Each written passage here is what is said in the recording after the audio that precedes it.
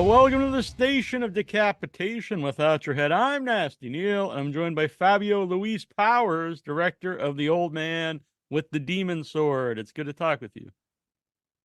Thank you. Yeah. So can you Thanks give for people an having me. idea of what the movie is? It's got an epic title already. Well, it's a very Portuguese B movie mixed with tokusatsu because I'm a big fan of Kamen Rider and Garo and whatnot. So it kind of mixtures everything that I loved as a kid. It has a bit of Dragon Ball in it. The Demon Sword is voiced by Portuguese Vegeta. He does a That's pretty great. I got to tell my brother, he's a big Power Ball Z fan, so Dragon Ball Z. yeah. So everything that has had an impact on me as a kid and in my teen years. I put together into this film. I'm also a big fan of Sam Raimi's Evil Dead and the early movies from Peter Jackson that I found out when I was like 13 years old. I found out B movies and I never stopped watching them. Yeah. You said So it's well, you said it's very Portuguese, but then you have these elements from really all over the world, Dragon Ball Z and yeah, it's just a Sam big Raimi. mixture Yeah. of all my influences. Yeah. And I think what you just said there, the fun really comes through in the movie. Like everyone seems to be having a good time, and it does come off like this is made by someone who loves these kind of movies. Yeah, I'm glad. Yeah. So you had the premiere yesterday at Fantasia. How did that go? Oh, it went so great. People laughed at the right moments. It was really special experience for me. And we had a really fun Q&A. People asked good questions. We talked with a lot of people afterwards. It was just lovely. Yeah. So, Fantasia's public is the best in the world. had you ever been to Fantasia before? With another film or just as a fan? No, this is my first feature, and this is my first time crossing the Atlantic. Oh I've never wow. been to Canada or Montreal. I'm loving it so far. Yeah. I have to assume that was obvious it's a great experience, but I assume it had to be nerve-wracking going into it. Oh, so much. And it's my first feature. It took me 5 years to make, so yeah, pretty nervous. So when you're with a movie that long, so you're writing it, part of the writing process, editing it after you film it and stuff, and you've probably seen it so many times before, like, you're seeing it with people, like what goes through your mind after all those years? And at that point, like, can you still see it as a movie, or are you just seeing it as this thing that you've been with for all these years? Well, first of all, it's a big relief to see it finished. And, it's always, since you get to experience with the audience. So I kind of forgot that I made it. I'm able to separate the ones, and yeah, I'm able to enjoy it every time because ultimately I made the movie for me.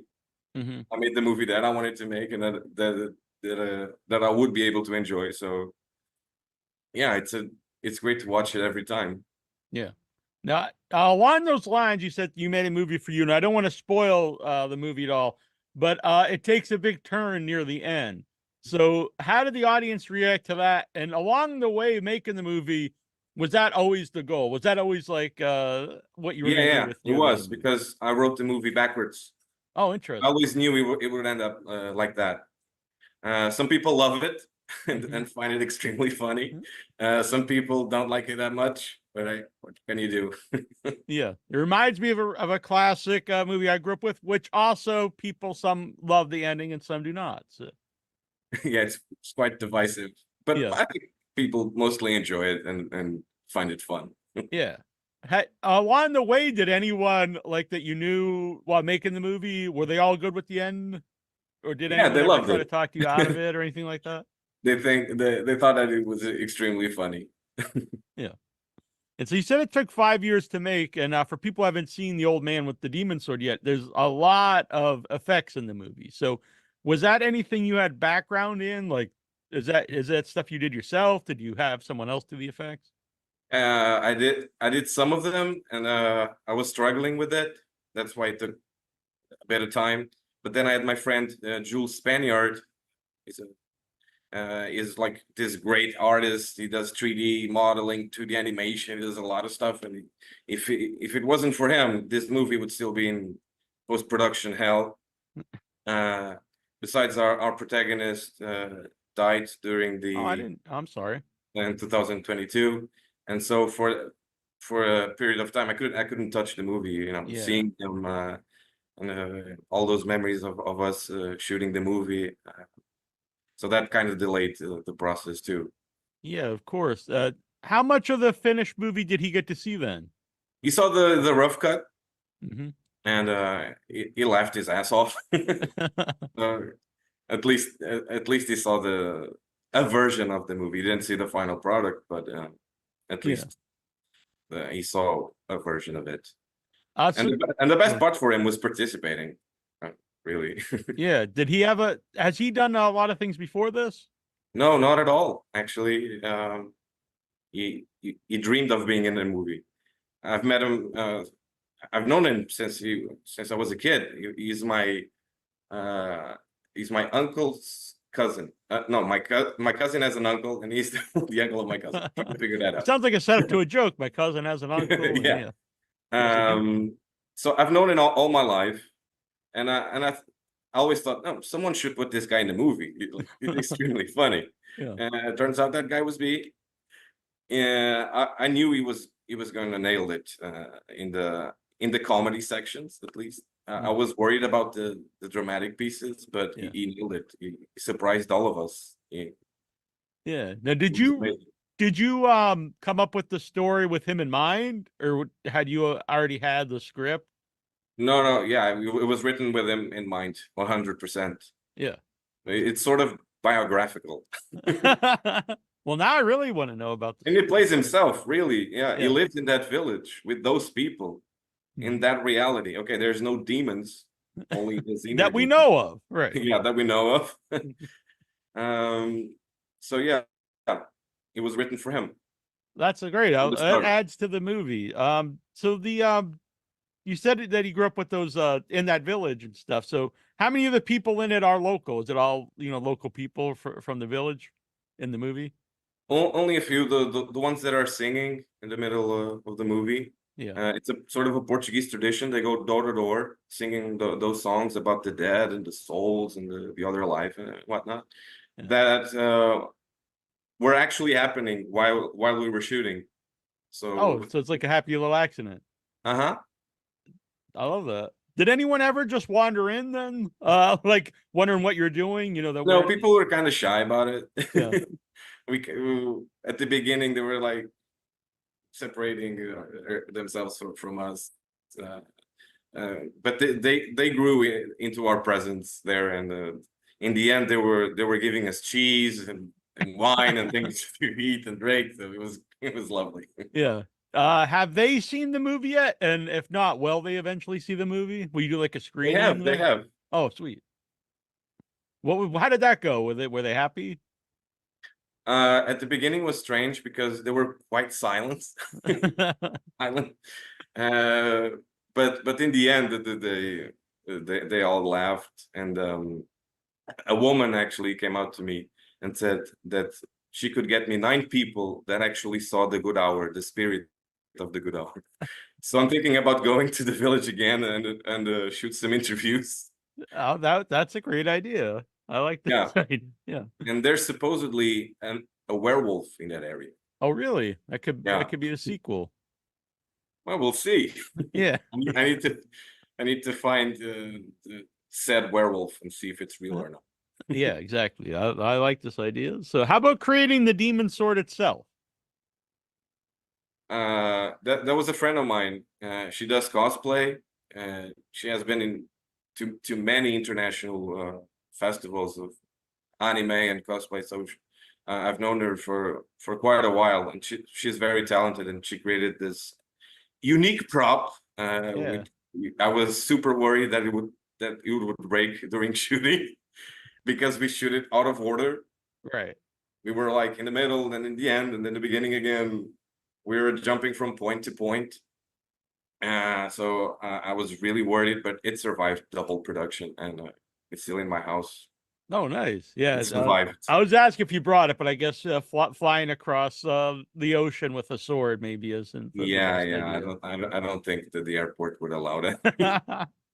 But yeah, it looks awesome. I love it. So, how about the eyeball on the sword? I guess that's done in post. Yeah, that was all done in post.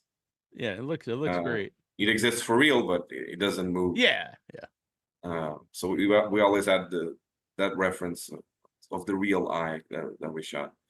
You Yeah, said and the eye is basically a character in itself. definitely. Yeah, Yeah. all the expressions. That was all my friend Jules. Yeah, Mhm. he gave a lot of character to the sword. Yeah, 100%. And so you said that the protagonist, you didn't know how you do like with the dramatic lines. How about shooting action scenes? What was that like? And had you done any action scenes in your short films before the feature? Nah, not really. Yeah, well, we just kind of we did we went with the flow really, and we were just having fun. Yeah. No one got hurt. No demons were hurt on set or anything. Uh, I might not want to answer that All question. right, fair enough. Fair enough. How about shooting the motorcycle scene? Oh, that was actually my first experience shooting like this action piece. Because that motorcycle is legendary in Portugal. It's called the Famel. So when Portuguese people see it on screen, they crack up laughing. Yeah. So when I saw that he had that bike, uh, I need to put this in the movie somehow. I don't know how. We'll have like a CGI monster chasing you. I don't know, but this motorcycle has to be in the movie because it's so iconic from the '80s, which is mostly what the movie tries to pay homage to. Yeah. So yeah, I had to use it. Yeah, it's great, and knowing the backstory makes it even cooler, I think. So, when you have stuff in like that, though, you said so it's iconic to Portugal. When you get accepted to Fantasia, um, are you thinking like, I hope audiences, get these references? And I guess it doesn't really matter if they don't know the reference for the motorcycle, but at the same time, are you nervous at all? What's like, Yeah, I you hope was, that it of plays course. for other, other audiences outside of Portugal. Yeah, I think some references might fly over their heads. Of course, it's a cultural thing, so it's hard.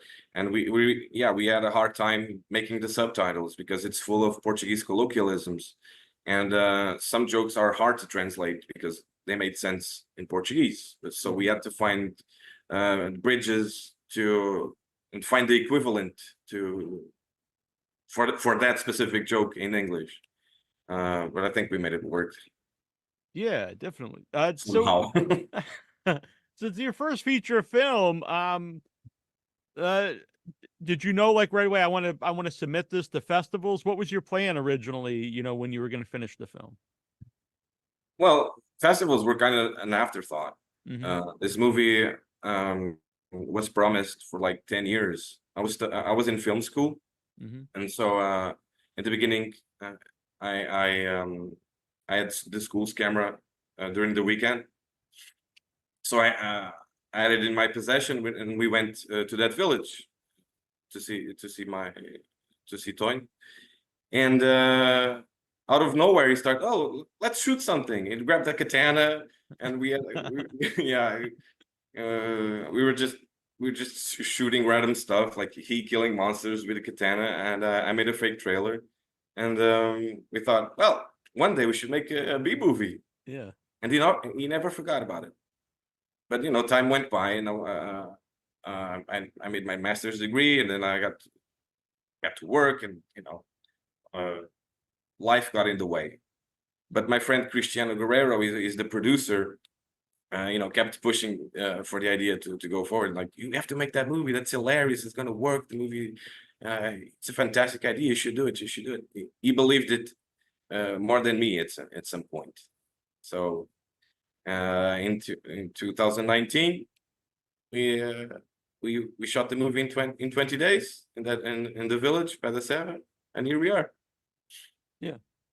And so, how did you come about doing festivals at all? Was it something that did you send your short films to festivals? Like, No, this is actually our first experience with Mhm. festivals. We're submitting. We're just this is all happening right now it's all kind of overwhelming. Yeah. Lots of emails, and especially after the Fantasia announcement. So Yeah, that's a huge very one to have. grateful. Yeah, not to add more pressure. Well, it's already played, but that's a huge festival to premiere at. So congratulations with Yeah, that. it's And just amazing, surreal, and it's just amazing to be here. yeah, and what's the not even just seeing your own movie, but what's the experience like being at the festival, meeting other filmmakers? A dream come true. Yeah. Yeah, I met Mike Flanagan, which his movies are amazing, and Yeah. he's a big inspiration. Tony Zoe, from every frame painting.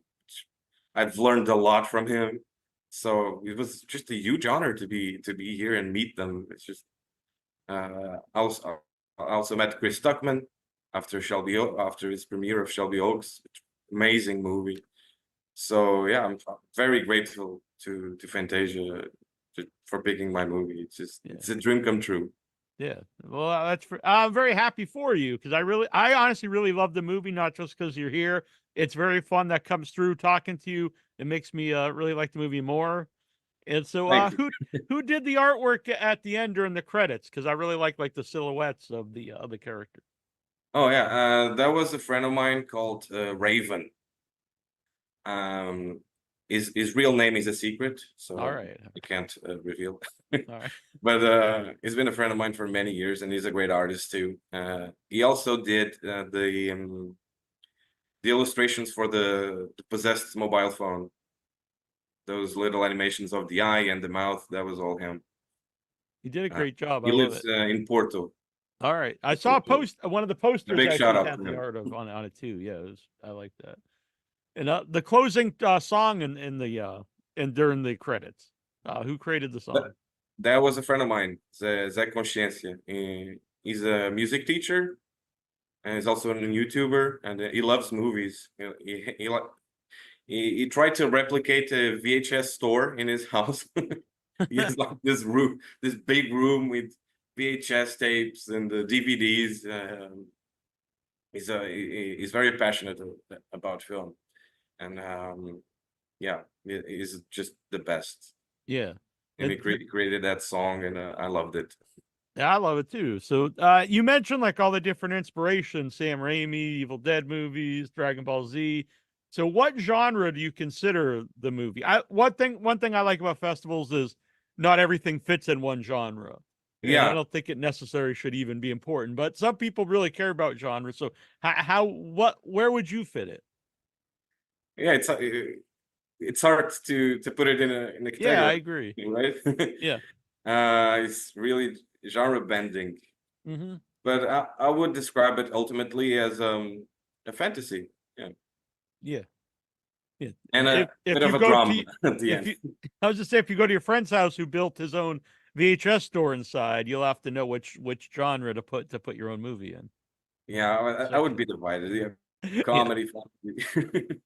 So not to get too ahead of yourself, you just premiered a Fantasia. What are the plans to do with Old Man and the Demon Sword now? Actually, we are creating a mobile game just for fun. Really? Yeah. I don't know when it will be ready. Perhaps around Halloween, I think. All I have right. two friends working on it. Uh, it will be just a simple mobile game. It's just people to grab and play like Yeah. they do No. it and have some fun with it. Uh, I with make 8-bit art. If you need any little 8-bit sprites for the movie oh, to make I look like might an old NES game from the 80s or something. don't Yeah. say it twice. All right. Yeah. And we're thinking about making, a small comic book, continuing Tonhos and the sword story. I love it. Uh, there's some aspects I want to explore with those characters. Hmm. So we might do a short comic book next year. Oh, that's great. I would love to see that. And what are your plans to, I guess you're gonna play more festivals. Like, what are your hopes? Do you want to put out a physical release? Would you like to, or is it too early to really know, where the movie goes? I have no idea. We'll just go with the flow. We Fair got enough. selected for a few festivals, one in the UK, another one in Spain. There's one in Portugal called Motel X, which is happening in September. yeah, we're being selected right now to a few festivals. That's We very want exciting. people to attend them all, but just it's really great to be selected. Yeah, an honor. yeah. It gets expensive to travel all around the world to all the festivals, but to watch your own movie with an audience is a great experience, and it's awesome to. You couldn't Yeah, I pass have up going hopes to that. Fantasia. Mhm. I have hopes to be selected in Japan. Oh, nice. Yeah, I would love to go there. So right. we'll So, see. so where can people follow you and the movie to see where it'll be headed? Oh, we've just created a website, ovelhaespada.com. You can follow us. You can follow us on Instagram, on Facebook, and we'll be posting all the news there. We also have a link tree with all the links. Yeah, So look us up. definitely, and I'll include the links here for people to so Oh, they thank can you so click on much. it. Yeah, of course. So congratulations on the movie. It's really fun. And I think I think it'll be inspiring to people too to create stuff, and it's just a great time. And I want people to check it out. Oh, I'm glad you liked it. Yeah, it definitely spoke. I'm an old D&D guy. Grew up playing Dungeons and Dragons, so I like all this stuff and watching all kinds of crazy horror movies. So it all worked for me. Thank you. Yeah. All right. Thank you, and I hope to talk to you again sometime. Thank you. Yeah. Bye Bye. bye. Thank you, Neil. Thank you.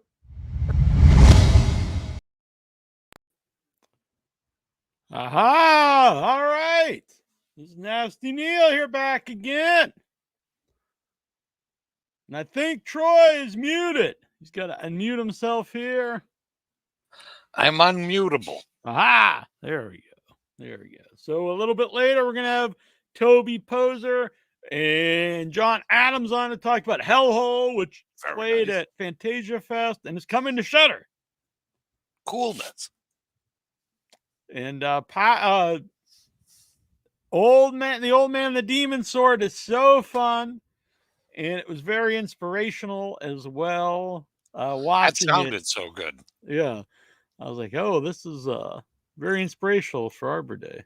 I'm gonna have to look that one up. Yeah, I don't know. It's not probably not anywhere yet, but it'll be coming. Yep. So we have a lot of people watching all over the place. There's people on Facebook. There's people on Twitch. There's people on my Facebook, Without Your Head Facebook, and over on YouTube. So wherever you're watching, if you can, go over to the YouTube page, give us a like, subscribe, and share this out to the world. If you'd like to help support the show, you can Venmo Headyverse. You can super chat during the show. If you super chat tonight, I will send you a thank you Without Your Head sticker and some bonus horror stickers. Ooh. So that'll be as a thank. Or you can also join the Nation of Decapitation. You join the channel. It starts, I think, at like $5 a month, and it helps pay for the different things, helps support the show. And again, if anyone joins tonight, I will give you a thank you sticker. Very nice. So I like the stickers. Stickers are good. Yeah. Who doesn't like stickers? So tonight we are also going to be giving out the awards. Oh, very nice. I'm excited. Yes.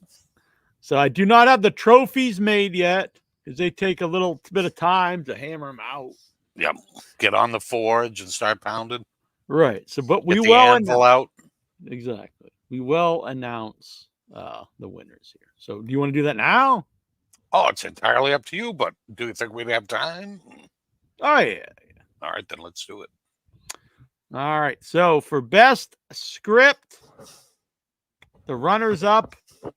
Now, how we determine these, where we had judges, including Chris here in the chat, very nice. Myself, and the audience choice award. So 2 of these are strictly audience choice, but also all of these are a combination of the judges, and then the audience choice ballot counts as one judge vote. So, according to that everyone, sounds like a pretty good way to do it. I agree. So the runners up: Last Conquest by Antonio Rotuno, and Scratch by Joshua Pangborn. Ooh. The winner for the best script, The Lover by Peter McKiernan, Very good. which is a great short. People should check that out when it is available. It might be out there. All right. From there, we have best score. Oh, The runners up, Within the Frame, In the Book, In the Cabin. And the winner, Welcome to Wonderland. Welcome to Wonderland. nice. Good stuff. Tom, yes, the Tom Tolles Award. By the way, when people get the virtual trophies, they were created by Troy here. The artwork is by Troy. The color and stuff's by me, but Troy did the heavy lifting with the very cool art. Those were fun. I like doing those. Yeah.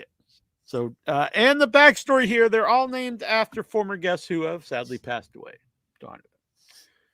So we have the Tom Tolles Award is the Audience Choice Best Short. So these were completely picked by the audience. So screw you, judges, on that one. Exactly.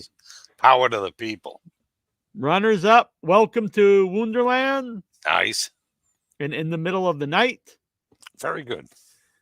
These are best short. And the winner for best short, the Tom Tolles Award, Scratched. Oh, okay. Very nice. The How many total ones did you have this year? 24. 24. Nice. Yeah. 24 shorts and 24 trailers. Oh, wow. That's pretty wild. Yes. Let's see here. We got some people here in the chat. Yes. Looking forward to the awards. Sidekick Productions. The Lover was great. Also, thanks for the honorable mention for Scratch. That's right. But you did win Audience Choice for Best Short. So now Audience Choice. I probably should reverse these in order, but it doesn't matter. The Irwin Keyes Award, which is the Audience Choice for Best Trailer. Oh, okay. Runners up, Brooklyn Butcher and Prom Queen. Oh, very good. And the winner for Audience Choice Best Trailer, Special Needs Revolt. Excellent. Oh, that's too cool. Yeah. So I did have a couple. I'm not saying how they place where, but anything that I was involved in is not eligible to win anything. So Arbor Day couldn't have won Best Trailer. I'm not saying it would have or whatever. Right. Arbor Day and Psychwave 2 were not eligible for anything. That's fair, I think. Yeah. The Joe Pilato Award. This is for Best Scene. So the runners up was the reveal of, I hate this, kind of spoils, but a bag over the head in The D Word. And the bucket of dicks in Peeping Patty. I thought for sure that was going to be a winner. I really did. The winner for the Joe Pilato Best Scene Award, which, by the way, Joe Pilato, great guest, and Joe got him, when he's getting his guts eaten. So I think this is just a crazy bastard. That was a tremendous interview too. Yes. Yeah. If people haven't listened to it, go back to the archives. It is up there. So just a lot of fun, that guy. The Joe Pilato Best Scene Award goes to The Birth in Welcome to Wonderland. Wonderland. Nice. I keep saying land. Wonderland. The George Casana Award, Best Line. And for people, George Casana was the guy who said they're all dead. And they're all messed up. Yeah. They're dead. They're all messed up. Exactly. So the winner for this one is, did you ever hear if you pee in your dreams, you pee in real life? Nice. Kittle. The Rowdy Roddy Poster Award for the best poster, named after Rowdy Piper. Very good. That's a tough one this year too, because I was commenting on how good like they all looked. Like everybody's posters, they really brought their A game. Yes. Yeah, I agree. A lot of great. So the runners up, The Widower and Piddle. Okay. And the winner, The D Word. Very good. Very cool. All right. Where are we? The Paul Kellman Award for the best trailer. Runners up, Prom Queen and Redhead to Deadhead. And the winner is Paternoster. Oh, wow. Woo! One award so far. Great time to jump in, Dr. Nice. Spooky. Yes, okay. That was a great scene. All right. Let's see here. Where are we? The Alexander Hawk Award. The Alexander Hawk is alive. Yes, yep. But And we hope for forever. forever. Yeah, exactly. Yeah, we hope that, yes, he lives forever. He'll be, if not, he'll be immortalized in all of our hearts. Yes, yep. He's our personal Highlander. Yeah. We. So the very first Severed Limbs, when we just thought it'd be a one-off deal, was right when the pandemic started. We couldn't go to festivals, so we started Severed Limbs as a virtual film festival. And Alexander Hawk was in like 10 of the shorts. It was awesome. It was a great time. Yeah. So he was in some he made. He was also in some other ones that were made by other people. And so we thought it was fitting. I think he just like bombed a few. Like, he happened to be in the neighborhood and like people were making something. He just showed up. I think so. Just boom, he's flying all over the world now. I think he really blew up since Severed Limbs. Yep. Now he's too big to even send anything in. Yeah, he's too cool now. He's like, fuck, you guys will never see me again. So this is for the most memorable or lovable character. The runners up, Peeping Patty, which is interesting that she would be very lovable. She is, but yeah, she's cutting the dongs off and smelling the undies. And the girl in the Forbidden Book of Sharks, the child. The winner, the Brothers of Beyond the Bleed Limit, which is super fun. Very fitting. Let's see. H.G. Lewis, Herschel Gordon Lewis Award for the best gore, best kill. Yahoo. Runners up, The D Word and Peeping Patty. The winner for best gore, best kill, the Herschel Gordon Lewis Award. Welcome to Wonderland. Nice. Excellent. The Ben Chapman Award. People not aware. We got the photograph up there, autograph photo. He played the Gill Man in the 1954 The Creature from Black Lagoon on the land scene. So Rico Browning did the underwater and Ben Chapman did the land. Best creature or creatures. The runners up, Piddle, which is about a monster that comes out of someone peeing in the bathtub. And Beyond the Bleed Limit. Oh. The winner for best creatures, the Ben Chapman Award, Don't Look Now. Oh, okay. Very good. Yes, from Trash Arts. Let's see. We get the Dorfman brothers. Thank you for the award. We are honored. They're the fine folks who lead Limit. Piddle will be back for revenge. Maybe it'll win next time. Interesting. Is he doing a Piddle sequel? That would be pretty cool. Might be about somebody peeing where they should be pooping. Whoa! I like this. Ooh. Mm-hmm. Oh, excellent. Yeah, he says he is making a sequel. Great. The Marilyn Burns Award, Best Hero or Protagonist. The runners up, The Forbidden Book of Sharks, and In the Middle of the Night. In the middle of the night. The winner is Claudia Arcelia Frosto in Last Conquest. Very good. Congratulations. The Gunnar Hansen Award for Best Villain or Antagonist. Runners up, Mike Bredin in the book In the Cabin, and Marcos Bias in The Last Conquest. And the winner, Gunnar Hansen Award, Neil Gallagher in The Widower. Oh, okay. Excellent.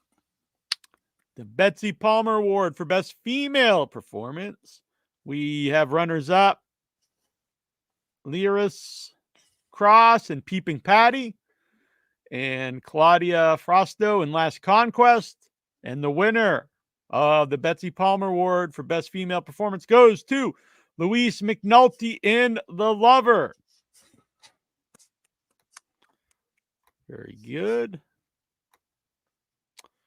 Dieter Laser Award, the Best Male Performance. Runners up, Mike Breeden in the book In the Cabin, and Neil Gallagher in The Widower. These are some tight races here. I'm liking this. It's not Yeah. like one clean sweep by anybody. Everything's right up there. Yeah, a lot of people get a lot of votes, which is very Yep. good to see. And the winner for Best Male Performance, Joshua Pangborn in Scratched. Congratulations. I believe he's actually here in the chat. The Robin Hardy Award, who was the director of The Wicker Man, the original Wicker Man, not the Bees. Love that movie. For Best Director. Runners up, Last Conquest, Antonio Rotono. And Peter McKiernan for The Lover. And the winner of Best Director goes to Christopher Bickle for Welcome to Wonderland. Nice. Congratulations. The Conrad Brooks Award. He was at the time when we had him on, the last living member of Plan 9 from Outer Space. Always a fun Definitely. guy. You know, just, hey, champ, how you doing today? Exactly. So this is the Made Me Laugh the Most Award, the funniest short. And so runners up, In the Middle of the Night and Piddle. Nice. And the winner, Beyond the Bleed Limit. Congratulations. The Joel M. Reed Award for the craziest, weirdest, or most bizarre short. That's The a pretty runners- prestigious one, I think. agree. Yes. Joel Reed, the director of God, what's the name of the movie? Yeah. Blood-Sucking Freaks. Freaks, yeah. One of my favorites. Runners up, Wasted on the Young and Beyond the Bleed Limit. Nice. And the winner of the Joel M. Reed Award, Peeping Patty. Good. The Angus Scrimm Award for the scariest short, named after the tall man himself. Runners up, The Lover and Don't Look Now. And the winner, Last Conquest. Oh, okay. Very good.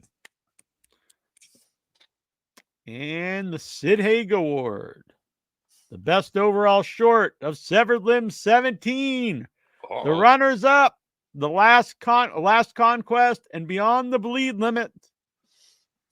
And the winner, the Sid Haig best overall short, is Welcome to Wonderland.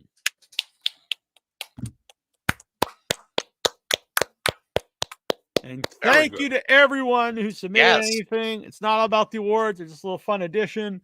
Yep. So, if, really thanks everyone. I don't want anyone to feel bad if they yeah. didn't win anything. And it's really about it's a platform for creativity. It is, and it's so much fun anyway. I mean, like, I try never to miss one, like I always try to at least catch most of it. And every time, like, I'm just amazed by how many, like, just great entries you get. Like, it's awesome. It's so much fun. And thanks everybody. Thank you, Nasty Neil, for all the work you do for this bad boy. You're all welcome. And thanks to our sponsor this year, Amazing Fantasy Fest. We're going to be showing a trailer for their upcoming festival a little bit later here in the show. Let's see. Thank you for running and curating such a spectacular festival and supporting underground outsider art. Definitely. My first time seeing Dorfman films. I love their stuff. Also, Sidekick Productions. And I love everything I saw from them. Yeah, I hope they're back again and, want to see more from all you guys. Yeah. Dr. Spooky with Piddle. It was very fun seeing his. And if people don't know, Chris was the first time we talked to him last time when in 16. And then since then, he's basically like a member here of Without Your Head. He's one of the judges. Yep. And just a good guy. So hopefully everyone's just an all-around good person. So the next one will probably be around Halloween. Nice. And our sponsor will be Valkyrie Film Festival, which is a film festival in New York. It's all female directed very good. films. So any females out there, if you have a directed film, send it over to Valkyrie Film Festival. So this week was Fantasia Fest. We're going to be having a lot of Fantasia guests coming on the show. Fábio Powers was just on. Toby Poser John Adams. Next in the coming weeks, we'll have some more people. Next week will be Sarah Karloff, the daughter of Boris Karloff. That'll be amazing. All kinds of geeked about that. Aaron Barocas has joined Without Your Head, our newest reviewer, joining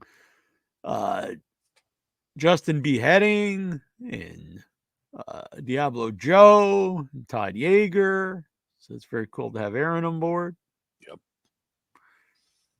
Did you see this, Troy? The new because this is like the new thing. Everyone's looking for the popcorn buckets. Oh yeah, the popcorn buckets. It was the 20-sided die that grabbed me. That was the first one. For the D&D movie. When you got the popcorn bucket, did you ever end up finding it? No, because they had sold out when I got to the theater, because I think they had sold out of all of them on the pre-thing on Thursday. And so when I got there Friday, they were already long gone. And I think they were like $180 on eBay. So I never ended up getting one. But since then, I've gotten several. I got the Groot, and I got the Ant-Man, and I forget who else. But I've got several, but I don't have the 20-sided die. Spencer Wilding is out there, who was in he's been watching the show here. He was he's a werewolf in many things. He was the Wolfman in Benicio del Toro's The Wolfman, and nice. he was Darth Vader in Rogue One, and he was also I think like the half ogre in the D&D movie. Oh wow, that's wild! I love that. Yeah, or half orc, or I think he's an ogre or orc. Let me grab this. So, so we got the Beetlejuice 2. I'm going to show the popcorn bucket. Oh. It's pretty cool.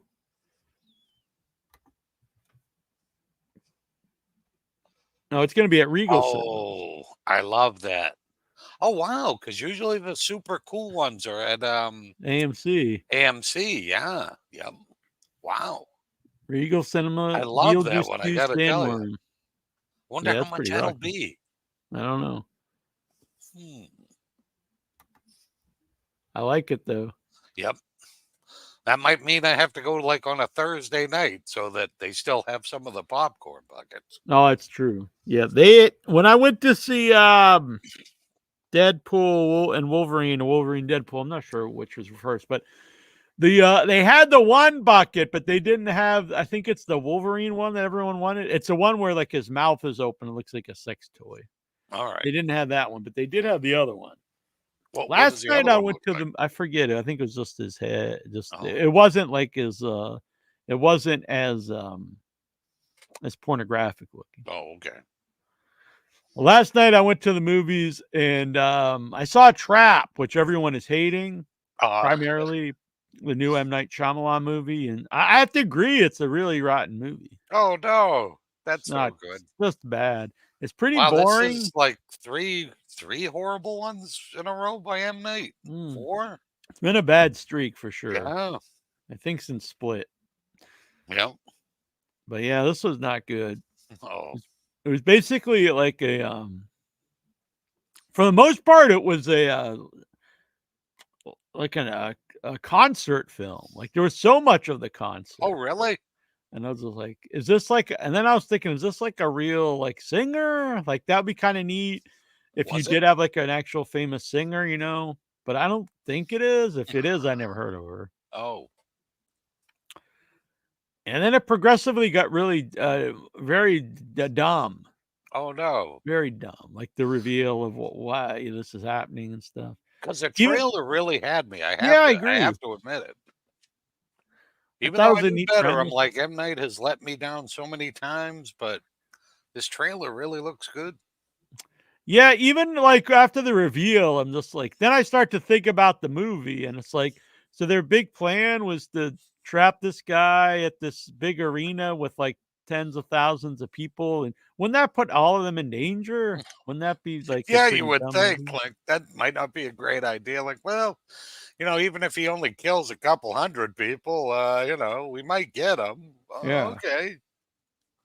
And then I don't want to spoil the movie, but why they think he's there and stuff is really silly, I think, and why couldn't they just pick them up at any time? I didn't really get, but so they're like going around looking for anyone that fits his description. So they obviously know what he looks like, and then at one point he just walks in to like this group of all those like 20 policemen. And because he stole someone's like badge that said he works at the arena, but I'm like, and he just walk around and they don't even notice him at first. And I'm just like, they're there specifically to find a guy that looks like him, and like they Yeah, just and if don't it's like, notice. isn't it like a concert full of young girls? So it's Yeah, like, right. Yeah. the new pop princess like that's playing, and Yeah, so he's watching him going around and picking out all like the dads who look like him out of the crowd. oh, okay. So he knows something's up. But yeah, it's just a bad movie, and I don't know if the lead actor is like very bad in the film, or if that was just how he was directed. I kind of think it was probably how he was directed. Yeah, because usually like Josh Hartnett's usually pretty good and stuff. Yeah, it's not a good. It's not a good movie though. Is it the worst we've ever seen? No. Is it good? No. No. I've I'll seen probably some wait people till I love see it. it streaming somewhere. Yeah, I really wasn't even going to go see it, but I happened to be in Boston anyway, and I was like, it's playing. Let me stay here and watch Yeah. it. And afterwards, Yep. I should just went home. Well, sometimes you're pleasantly surprised. Oh yeah, it's something like happened lots that. of times. So, But I even brought that up because I got a free notebook it's an A24 like notebook, and it's got like stickers in it from the new A24 movie 8th Grade. And it's oh, also got like Finders Keepers or whatever. I don't know, some other movies, but it was weird. I was like, what are these? They just had a big stack of Yeah. of like notebooks. They're like, oh yeah, those are notebooks. I was like, can I have one? They're like, yeah. I'm like, oh. So I just took one, and then I opened up, and I didn't even realize it was from a movie or something. Yeah. So it was kind of cool, I guess. But I did see Sing Sing, which is a A24 movie too. It's definitely not horror in any way, but I loved it. Anyone out there is, non-horror fans. I mean, I watch all kinds of movies, but Yeah. the basic gist is it's about an acting group in prison, and just like kind of finding purpose and community in like a place without a lot of hope and stuff. So it was a great movie. Real great. That was one of my favorite movies. Oh, I got to admit, I haven't even seen a trailer or heard anything about Yeah, I it. saw the trailer because I go to the movies every week. I was like, oh, that looks good. And then I thought it'd be good, and it was. So, Oh, good. and then it was wild though. At the end, when they start showing the cast, and like I didn't even realize it was a true story, and like the majority of the cast was playing themselves. So it was the actual inmates. Oh, Or really? That's former awesome. inmates, Yeah. except for like the 2 or 3 the 2 main guys, maybe a couple other people. Mhm. But then they showed the 2 main guys after, and then they showed a little thing about the actual it's like RTA rehabilitation through the arts, and that it helps like Oh, prisoners. wow. And I was like, oh, that's cool. Well, that Like, sounds actually really interesting. yeah. Feel good movie, really well Yeah. made, great cast. Not horror at all, but it's a great Yeah. movie. But it wasn't like wasn't like Jailhouse Rock or something. No. Because you're the cutest jailbird I ever did see. Okay. Mhm. Yeah, not there's anything wrong with that, but in that song, Elvis is clearly gay. Oh yeah. Yeah. Because a prison isn't men and women. No. It's a gay love song, which is fine. Yeah. Yep. More power to him. Yeah, it's totally good. Let's see here. pale girl. This is pretty wild. Thought I saved a picture. Yes, I did save a picture. Look at this. Eee! The pale Holy girl from spooky. Terrifier 2 got her own living dead doll. That's awesome. That is somewhat horrifying too. Mhm. I really, that's a stuff of nightmares. I love it.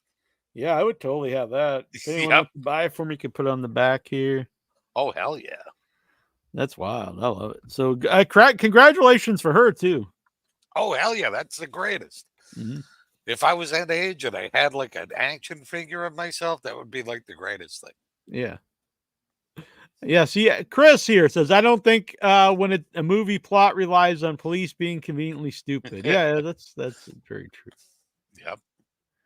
Oh, nice. Now, It was tell me this guy's not like a mad bomber or something. Like no, he's a serial killer. oh, okay. All right. But his MO, like, because I keep thinking back to Brady Hartsfield and like he was gonna blow up the concert. Right. And, Still though, he's like going around chopping people up. So it's like, Ha. do you really just want to put all these people in harm's way? yeah, sure. That's the way to go. It seems very weird. It was a true honor to have judge this very competitive field. Thanks to you filmmakers. Without your head, an amazing fest. Thank you, Chris, and along with our other judges. And if any of the filmmakers from the last one would like to judge in future, get a hold of me. In next Severed Limbs, I'm going to attempt to do it a little bit different. It'll still be the same idea, but I'm going to try to incorporate live Q&As into the festival. So, oh wow, the idea would be we would show a block of shorts, and then it would be followed by a Q&A with the directors of that. So let's say there's 5 shorts in that block, and then if we have a Q&A with those 5 directors, if they were all free. And then we couldn't do like an hour, in between, but maybe Right. 10, 15 minutes, and then show the next block and so on. So I would like to do that for the next one. Then Yeah, we that could also sounds save tremendous. those. We could save the Q&As. Mm-hmm. No, I love that idea.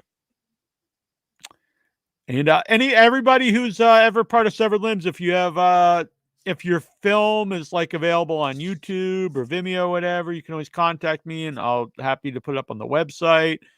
And future stuff, always let us know, and we're happy to talk about it here, because there's an ever-growing alumni from Severed Limbs. Yep. And it's always nice to see them go on to do other things. Oh, that's the best. With I love them all, but if they do, then more power to them. That's great. We can always say we knew you win. Exactly.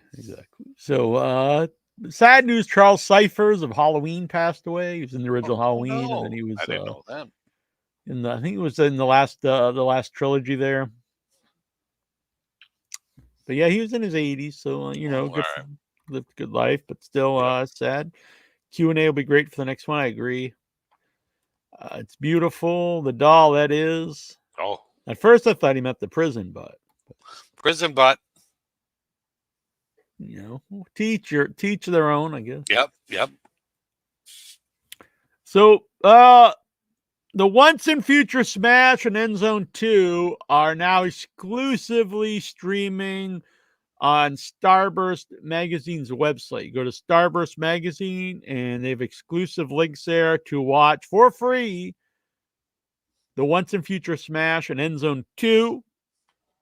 And then you can pre-order the double disc Blu-ray, which will have the unedited version of the Once and Future Smash. And it will also have a ton of specials, including an interview with me and the cast. And it'll have it's got at least 3 commentary tracks. So it's got a commentary track with Michael St. Michael's with the Greasy Strangler and Bill Whedon from Kabuki Man. Oh, that's awesome. That's worth the price right there. And AJ. And then it's got 2 commentaries with me, Sophia Cassiola, and Michael Epstein. So let's get the filmmaker commentary for both of them. It's got a mini documentary. Not a mini, it's like a 2-hour documentary in End Zone 2. Wow. It's got a bunch of behind the scene footage that I filmed. I filmed like 40 hours of it. They cut it down.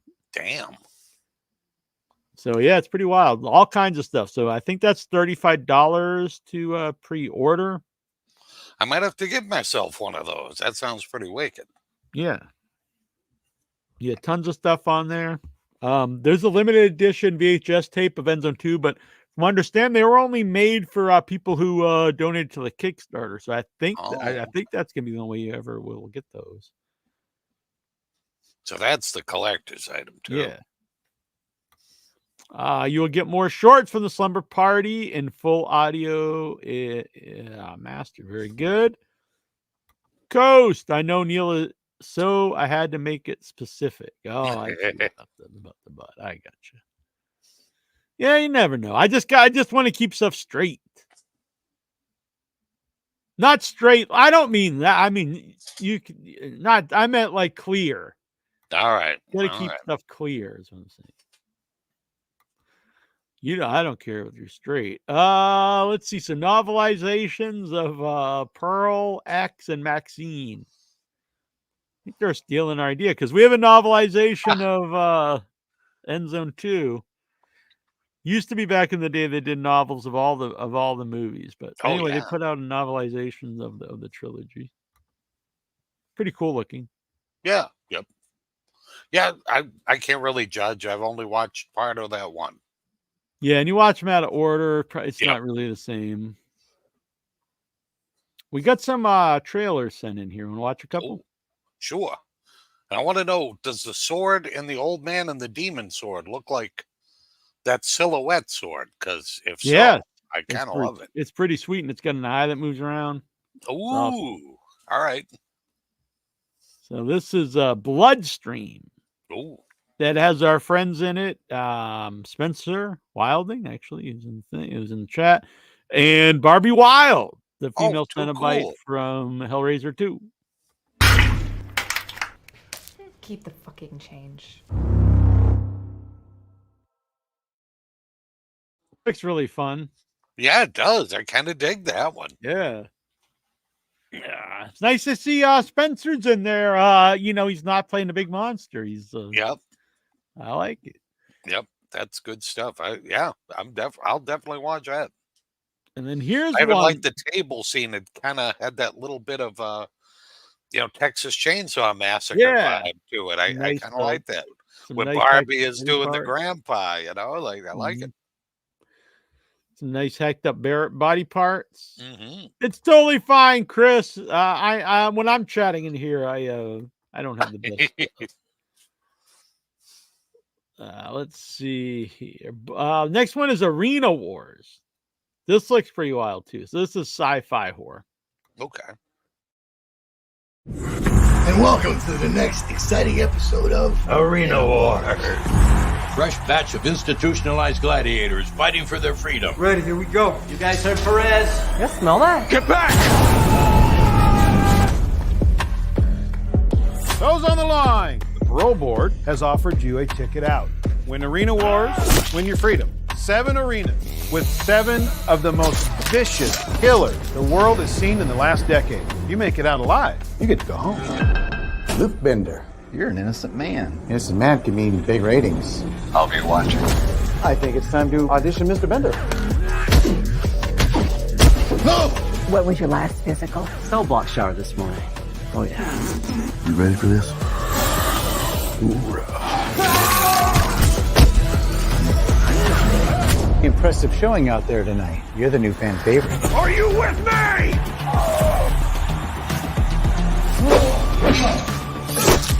Cutie pie back for the kill. If you want to live through this, we have to work together. I'm watching you. Smile for the camera, thug life. Wow! It's showtime! We have to finish this. Come on!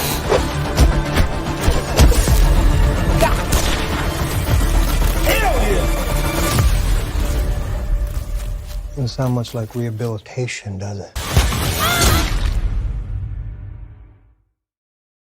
That looks good. I'm totally down with that. Yeah. Little Michael Madsen in there, and yeah, it's pretty tons of cameos. I'm like, wow. Who and the main guy looked really familiar. I don't know. Yeah, if I the know him name from escapes me, wrestling. but yeah, Robert. I forget his name, but yeah, we've met him at a bunch of shows, but I feel bad. The name escapes me. I'll look it up quick. Yeah, Really cool I guy. mean, got a bunch everybody of in there tattoos. looked familiar to me. We met him. Unfortunately, we met him at the premiere of Human Centipede 3. But, Oh, did you? Robert Lasordo Okay, yep. and Eric Roberts is also in it. Hmm. So yeah, it's pretty great cast. Yeah, and it gives me like those like the movie version of the Running Man kind of vibes. You know, Yeah, which is yeah. always good. Mm-hmm. And so we Like just some got of the sent. crazy killers and stuff. I liked it. We just got. I haven't even watched this yet, so hopefully it doesn't get us kicked Oh. off. Fallacies, and it's Fallacies with a PH. Oh, okay. And it's John Devlin, who looks like Mads Nicholson, who does Okay.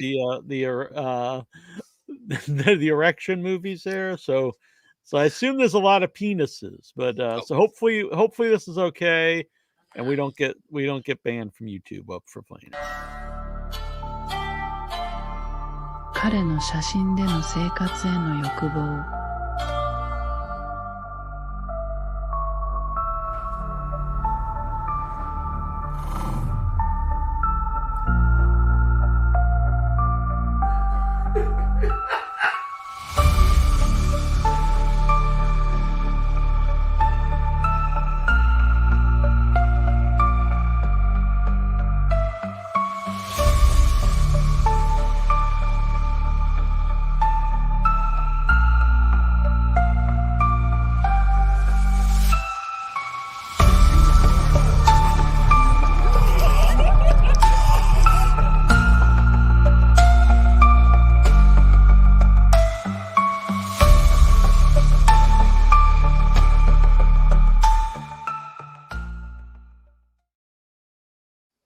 I'm intrigued. I gotta say. All right, Fallacies by our boy John Devlin. Yep. I'm into it. Yep. I'll definitely check it out. Yeah. Damn. I might feel dirty about it afterwards, but I'll check it out. Yeah. So there's some names involved in Arbor Day. Some I'm waiting to announce till we have the GoFundMe up, which will be up early next week.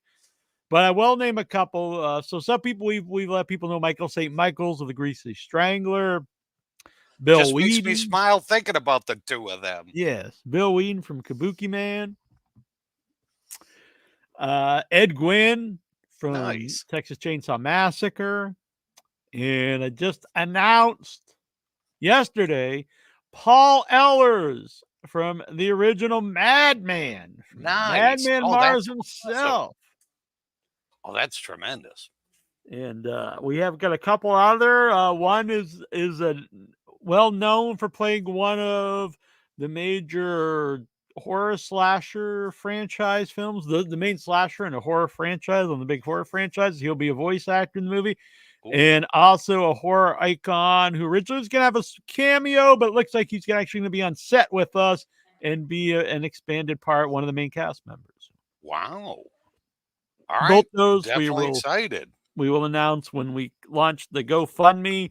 So we're too far along not to make the movie, but we will need some help to actually make it. So we're not going to ask for a fortune, but we need enough to just cover the basic cost of renting an Airbnb, feeding people, making basic cost. Oh, look at that! We got a little spoiler in the background. Yep. Just a little teaser, just a sneaky. They're pretty sweet. If anybody out there messages me, maybe I'll show you a little glimpse, so you can email me at Without Your Head. Or better yet, if you bought a 8-bit T-shirt, message me and I will send you some info that's not out there yet about Arbor Day. So there's a couple things. You're like Joe Pedicino now.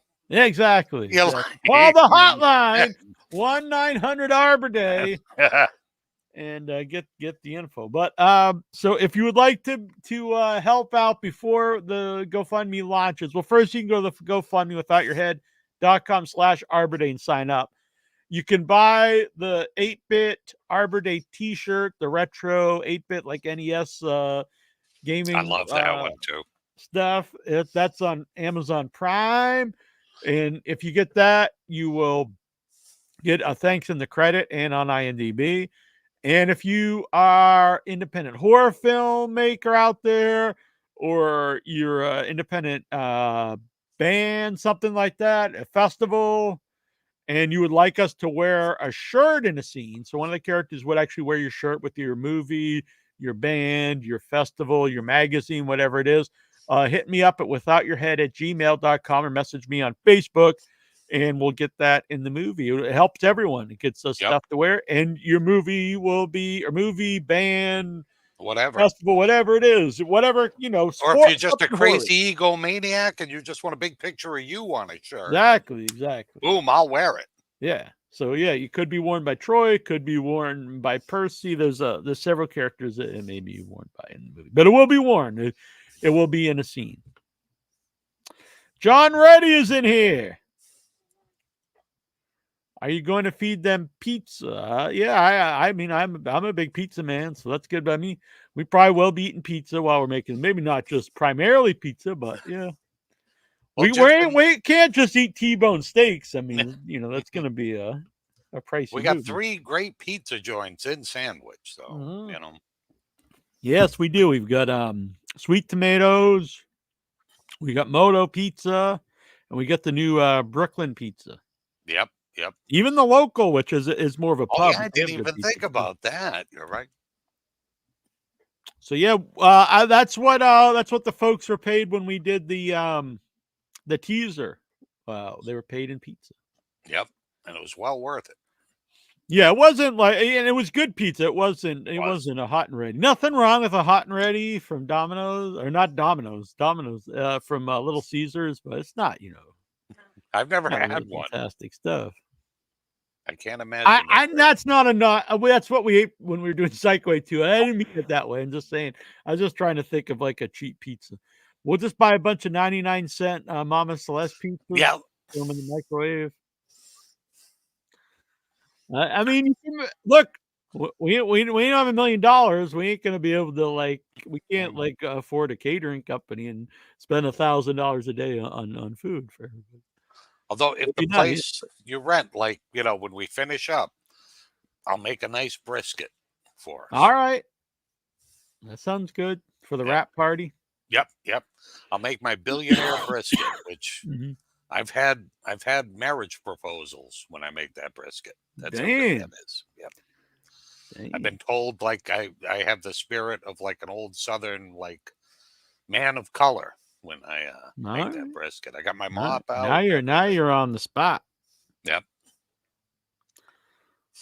Let's see here. This was Annabelle sent this, and this is Empire Pictures 1986 promo pineal gland pen and notebook for the release of the Stuart Gordon masterpiece From Beyond. That's awesome. That is wild.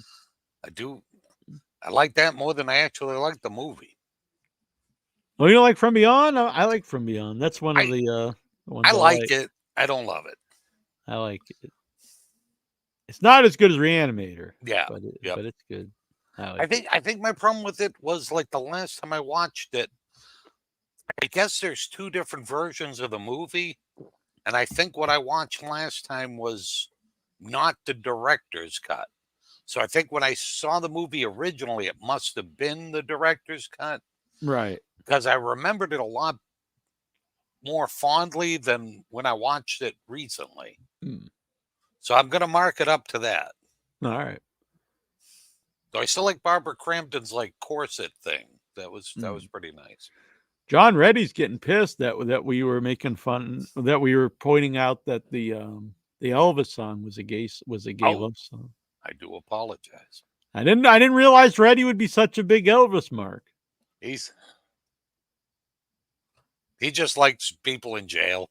That's prison guys just or is it his trip? I guess.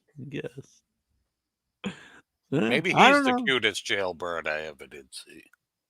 Maybe. Cuckoo's coming out. Came out today, I believe. It looks really good. limited release, so you have to look around to see where it's playing. Oh, I don't know. okay. Maybe it's playing around us. Looks really good. Huh. You New don't horror happen to movie. have a trailer of that one, do you? Because I don't believe I've heard anything about it. I could probably grab it. Hmm. I'll go grab it quick. All right, because I'm I saw a bunch of trailers when we saw Long Legs, but I don't think that was one of them. It was one of those where I think they showed us like 8 trailers, so it was hard to remember them all. It's playing. No, nothing in Dartmouth. Sadly, Dicks? The closest is Boston and Dorchester. Oh, okay. Because if it was Dartmouth, I would say, well, we do Yeah, a that's what I hot was gonna pot. say. I mean, a hungry pot and a.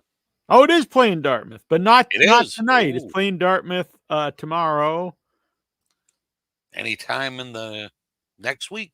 Let me check. Like Monday or Tuesday. Yeah. Yeah, so it's playing on Monday. Only one showing, but 5:45 is actually a good time. Ooh, that is a good time. So maybe that's what we'll maybe do. that'll be our plan. Yeah. So it's weird. Monday it's at 5:45. Tuesday it's 8:45. Wow, I wonder why they shove it down like an additional 3 hours. Yeah. So either one would be. I think we should go see it though. And then Wednesday it's 7:45. It's bumping all around there. Huh. All right. It's just a big random thing. Yeah. So maybe that's what we'll do. Yeah, Monday if you're up for it.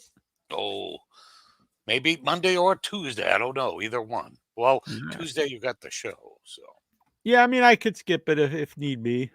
Yeah, we'll see what happens. But one of those days. All right. Yeah, Mondays to 5:45 is probably best. But... Okay. All right, I found the trailer. Hopefully this doesn't get us in trouble. I don't think it will. It'll just be like you can't monetize it. Okay. All right, here we go. Mom, I really want to go home. You're getting back. How was your journey? Very pleasant, thank you. Good. Gretchen, come say hi. What's up? I'm your neighbor. Haven't heard about you. Why would you have heard about me?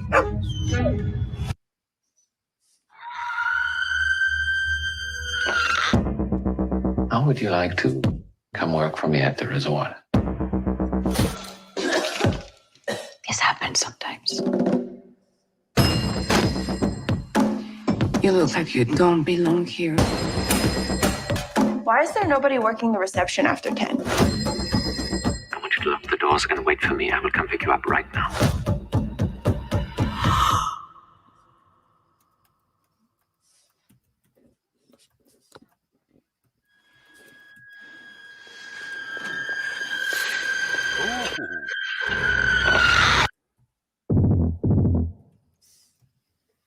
If I were you, I wouldn't want to get hurt even more. Why did you bring us here? Your family belongs here. That's a fucking weird way to put it. You told the police that you were chased by a woman. I think I'm crazy.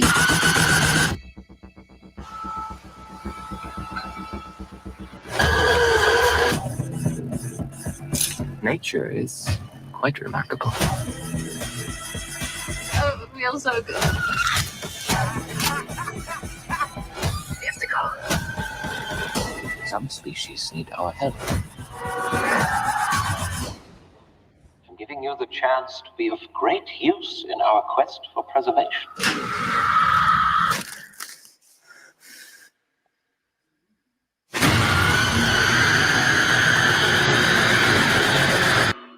Consider yourself lucky.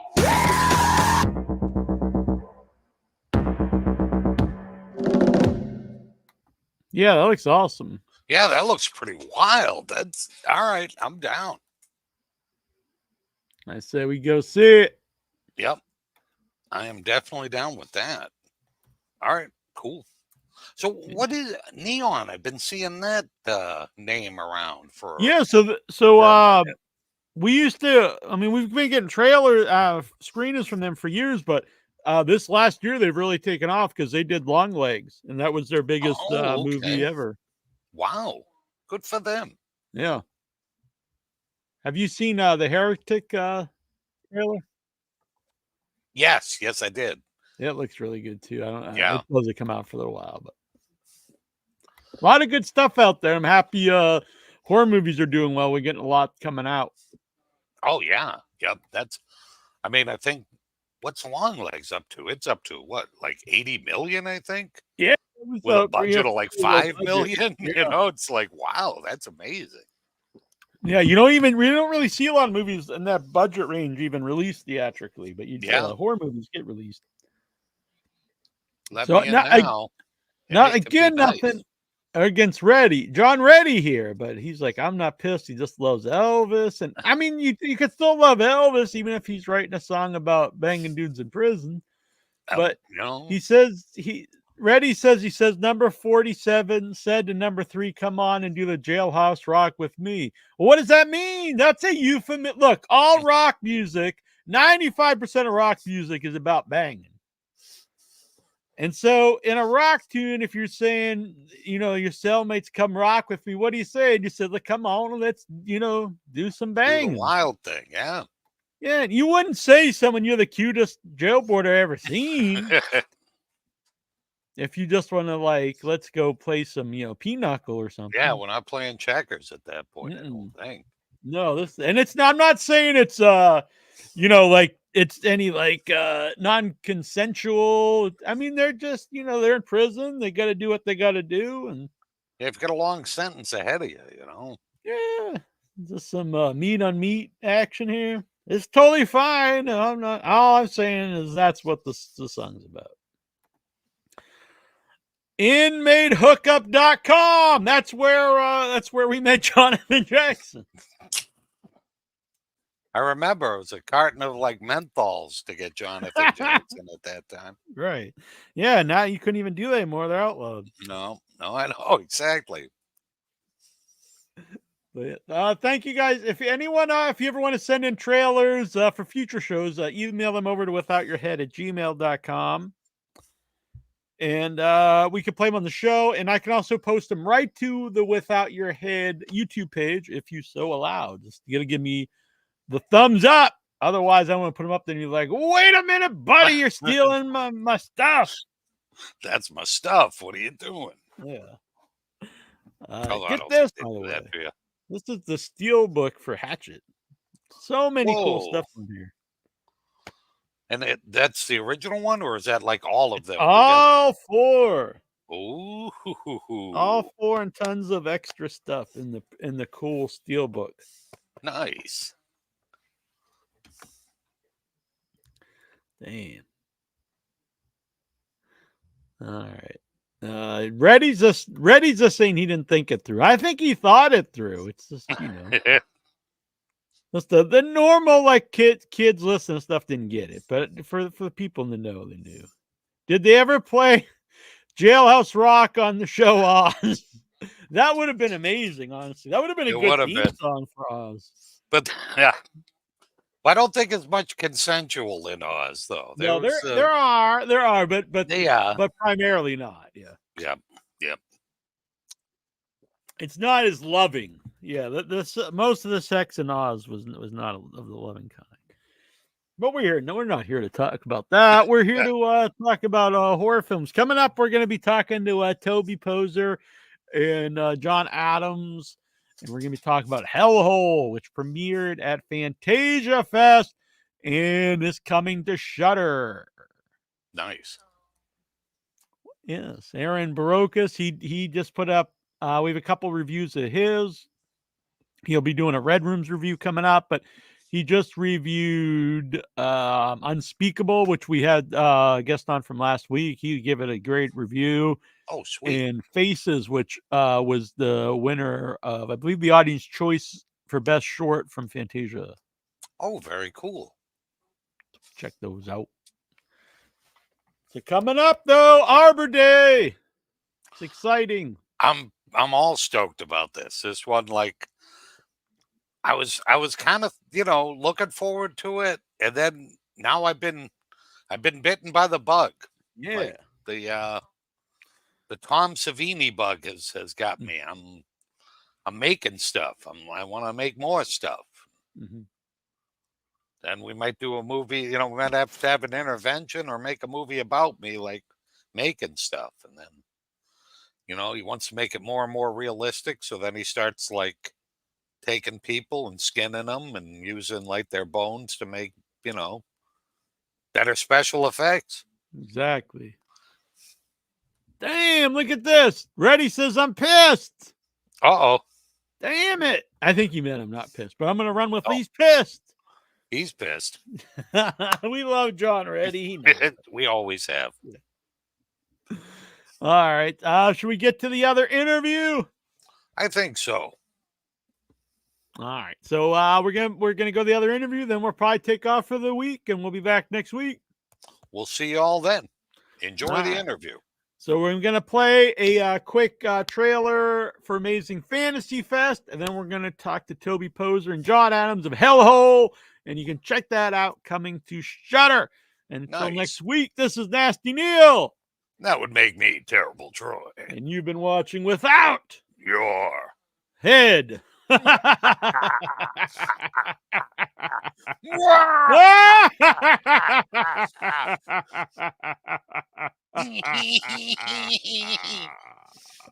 prepared for a fantastic adventure into the future.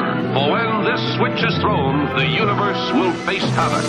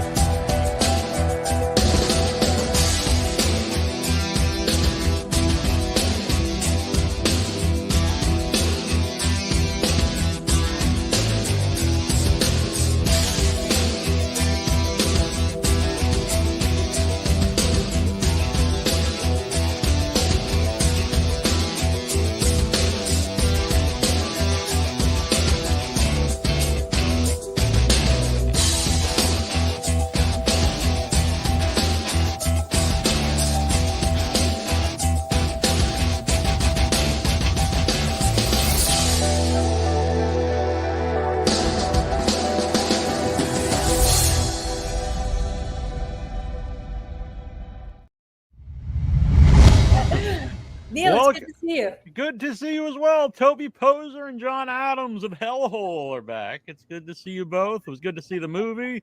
What was the premiere like at Fantasia? We are waiting. It starts in. Yes, so we will let you know. Yes. All right. Well, what's the feeling like going into the premiere?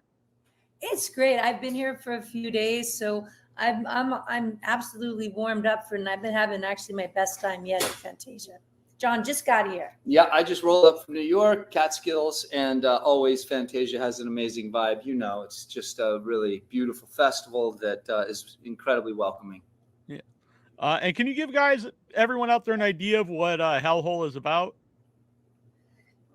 Eeny, meeny, miny, mo. Okay, it's about a future fracking site. Some Americans have gone over there to set up a fracking site, and they unearth something very, very old inside something very old. Mm-hmm. And shit hits the fan as the thing escapes and is looking for the perfect womb. Is there any inspiration to the story? Yeah. Zelda, Toby and I were driving from Montana to Alaska, and we dropped Toby off in Calgary because she actually got a job. So Zelda and I drove from Calgary up to like Whitehorse or somewhere, and we went through the fracking fields up there. And we were amazed at how vast and how lonely they were. And so Zelda and I, because this is what we do, we just started talking about all the different kind of horror movies that could be done there. And we came up with this idea about, well, what would happen if a fracking crew drilled down and nailed an ancient beast, and all the great things that could happen out in the wilds of the Canadian fracking field. So that's where it started. And then when we got involved with the production crew, it kind of morphed into a fracking site in Serbia, which was really fun. Yeah. So how much did that have to change this? Did it change the story at all, or just the location, really? It did, but I think it kind of changed it for the better because it added this kind of cool element of alienation. Like the Americans really are aliens. So, and also we got to add some really cool humor that's just built in with the Serbian cast. And they just, I find them so lovable. And so what they understand, like is their own humor, and then in the American subtitles, it's a little bit more shifted to American humor. Yeah, it's definitely more overtly comedic than any of your previous films. And was it planned that way before, or was it once you guys knew you were going to do it in Serbia that it changed? I think it changed I think it changed as the kind of production of the movie moved forward, because when it moved to Serbia and there was just some things that changed, it was a better idea to have fun with it, to kind of let it kind of hang loose and to explore the kind of miscommunications of all these cultures. And because you have an alien, or at least something from the ground, there's a communication problem with that, obviously. But then having the Americans there in Serbia, and there was some French people there. So it definitely, it became a good idea to find the humor in this story and take away. I think originally it had a much more emotional family kind of story to it. But as that changed, we realized it'd be better not to try to force that. Let's go and have fun. Yeah, and I think that's going to, that'll probably, I don't want to say it's better or worse than any other previous movies, but it's a different kind of movie to watch with an audience, because people react to comedy, outwardly. Yeah, that's a good point. It's going to be wild to see. We'll know soon enough. Yeah, always that first audience sit with all of our movies is always a real mind bender, because you never know what people are going to laugh at, things that or be scared of, or how they're going to react to anything. I mean, we've always noticed that, because we have very dark sense of humor. So a lot of the time, things that we think are funny in our movies, nobody laughs at. And it's like, oh my God. So it's going to be interesting to see the reaction tonight. Yeah. My friend Annabelle and I go to a lot of movies, and we're usually the ones in the back laughing at stuff that no one else is laughing at. So I understand. So you see the monster right away. Like, how hands-on are you on what the monster is going to look like when the monster is being designed? So we had a lot of cool conversations with Todd Masters, who's actually here with us. We're so stoked to see him. And he was over in Serbia with us. He brought the monster over. And he and his Masters FX team obviously are just like so insanely gifted at what they do. So we had conversations, and they were really collaborative.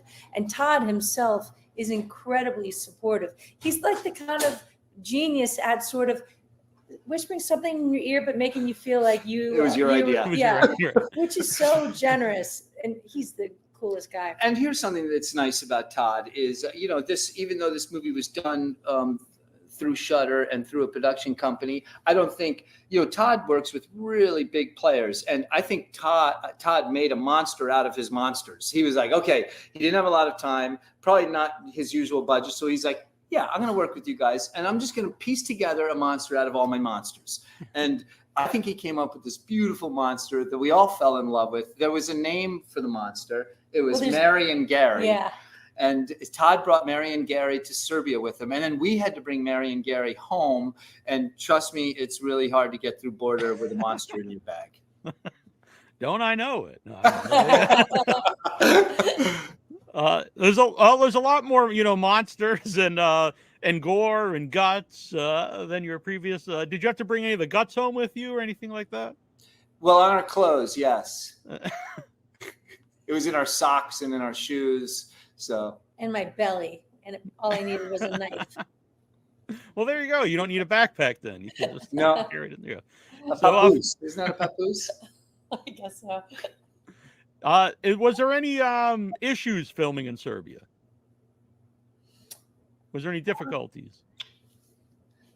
No, it was a great experience. Serbia is Serbia. cold. Like, it's like when they said we're going to film this in Serbia, we were like, great. Why else would we go to Serbia? Like, you know what I mean? And so it's like a great opportunity to go to Serbia. So there was no, it was just Serbia, and it was great. And we're thankful that we got to live in Serbia for 4 months. It was really fun.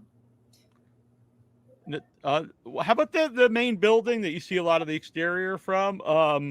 Like, I guess they're even just location scouting, because usually you guys are filming places you either know or you're traveling around and see stuff that sticks out to you. So did you have a lot of time to find places to film at? No, we had that. They had found the old Russian mine. And so we knew that like that was a beautiful backdrop, and that was super positive. But yes, we're very used to being able to roam the woods and like take tons of time to find the perfect shot. This was more, there was not a lot of time, but all the Serbian woods, we were up near some kind of famous mountains. And so we had a great drone guy who was able to grab some beautiful drone stuff. So like he filled in there for some great natural takes. But, you know, I don't think this is like our other movies where the woods and nature play such an important role. Yeah. This is more like, this was just like, let's park the camera out and start killing people. Right. Yeah. And the building itself, it's got the bleak look to it, and it really adds to the movie. Yeah. It's gorgeous. And we weren't allowed to shoot inside of it. So we had to, which is in so the we end, only shot at night. We could shoot inside some exteriors, and they were still pretty, like we call it the gulag. They were still pretty, some formidable, you know, sets. But that, just the musculature of that architecture was really damn cool. And I just, me personally, is what's a good cuisine in Serbia? What's good to eat in Serbia? I loved what they call boraks, like those little kind of pies, like phyllo dough pies. They were my favorite thing. But there was that red stuff that you had to eat with everything. It's called kaimak. Kaimak. I mean, no. It's called ivar. Ivar, and yes. kaimak is another kind of really buttery, creamy thing that you put on bread. It was delicious. They're kind of good at, what they're really good at is everything has cabbage, overcooked meat, and potatoes.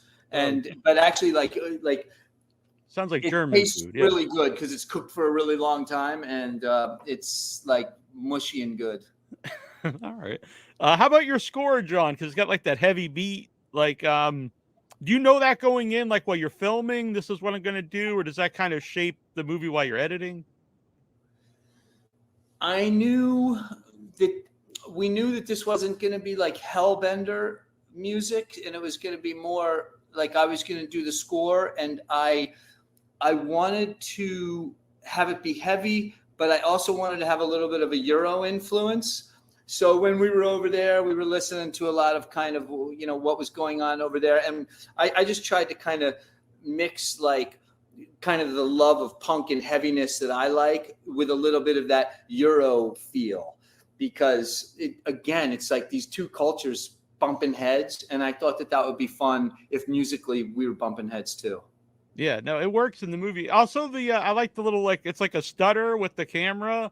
Oh, thank you. It's fun in the movie. It's throughout the movie. And was that something you thought about while you're filming, or is that something like happens while you're editing it together? That definitely happened while we were editing, and because John, we didn't have the camera for the first time, so. Oh, interesting. Right. So we weren't doing the cinematography. So it was like at home, I wanted to make sure that the film just was fun. And so, you know, trying to cut it in ways that kept it fun and slightly odd and hopefully original. Yeah. No, I think it added to it. I think it was fun and I liked it. So. Well, thank you so much. I mean, I think maybe sometimes people are like, is that a good idea? And we were like, yes, it's a good idea. Yeah. I like the original shot when it's going down from the fracking. It's like, and yeah.